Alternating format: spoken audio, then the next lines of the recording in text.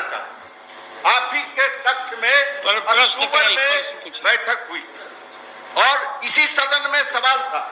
मंत्री जी ने स्वीकार किया था, आप नियमन दिए थे कि इसकी हर बार ऐसे सवाल आते हैं, 7-7, 8-8 साल के अनुदान बकाए हैं, इसकी समीक्षा में मीटिंग हो तो उसमें नियमन कैसा होता है? दो मिनट सर, आपने नियमन दिया, आपके कक्ष में बैठक हुई, मंत्री जी ने स्वीकार किया था कि हम विनियोग के माध्यम से हम पूरे 7 वर्ष के अनुदान की राशि का हम उपाय करते हैं और भुगतान करेंगे, एक मुश्त भुगतान करेंगे। हम तो है और कमिटी भी बनाए, इसी सदन में स्वीकार किए थे। हम केवल यही चाहते हैं सभापति महोदय, वेतन संरचना तलाशने के लिए कमेटी भी बनेगी, ये भी हुआ था। लोग मंत्री जी को बोलने का कुछ मौका दीजिएगा। हम लोग नारे चले जा रहे हैं महोदय, नहीं मर गए हैं वहाँ के शिक्षक महोदय, होगी ही नहीं। ठीक है बैठिए। और सभापति महोदय, माननीय निवर्तमान शिक्षा मंत्री ने कहा इसी सरकार ने संवेदनशीलता दिखाई है वित्त रहित पर।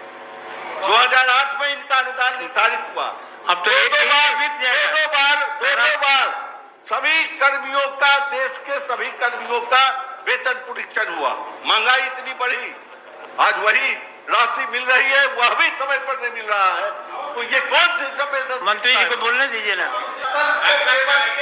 याद दिलाना का आप ही के कक्ष में अक्टूबर में बैठक हुई और इसी सदन में सवाल था।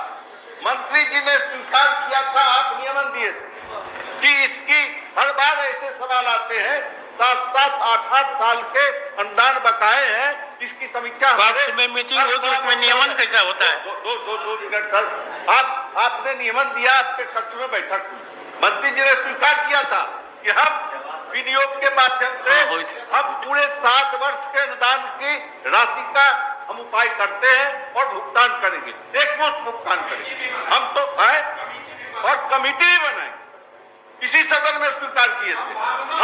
हम केवल यही चाहते हैं सभापति महोदय, वेतन संरचना तलाशने के लिए कमेटी भी बनेगी, ये भी हुआ था। लोग मंत्री जी को बोलने का कुछ मौका दीजिएगा। हम लोग नारे चले जा रहे हैं महोदय, नहीं मर गए हैं वहाँ के शिक्षक महोदय, होगी ही नहीं। ठीक है बैठिए। और सभापति महोदय, माननीय निवर्तमान शिक्षा मंत्री ने कहा इसी सरकार ने संवेदनशीलता दिखाई है वित्त रहित पर।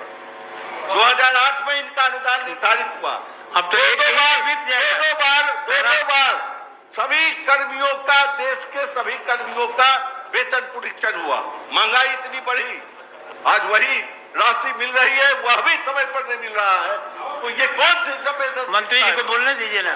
मिलता है, क्यों नहीं इनको वेतन संरचना दिया जा सकता है?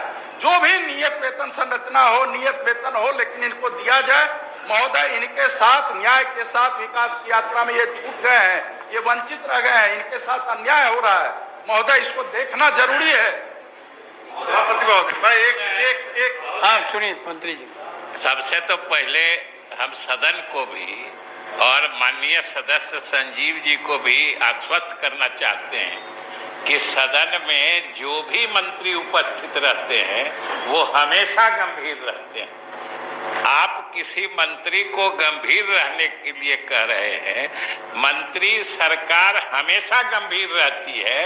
आप अपनी बातों को कहते हैं और सरकार सुनती है।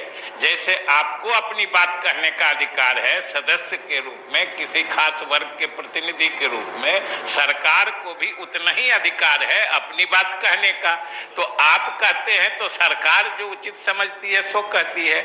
और उस दिन जो मैंने कहा था, आज भी कह रहा हूं, जो मैंने कहा था उससे कोई वापस लेने की बात नहीं है।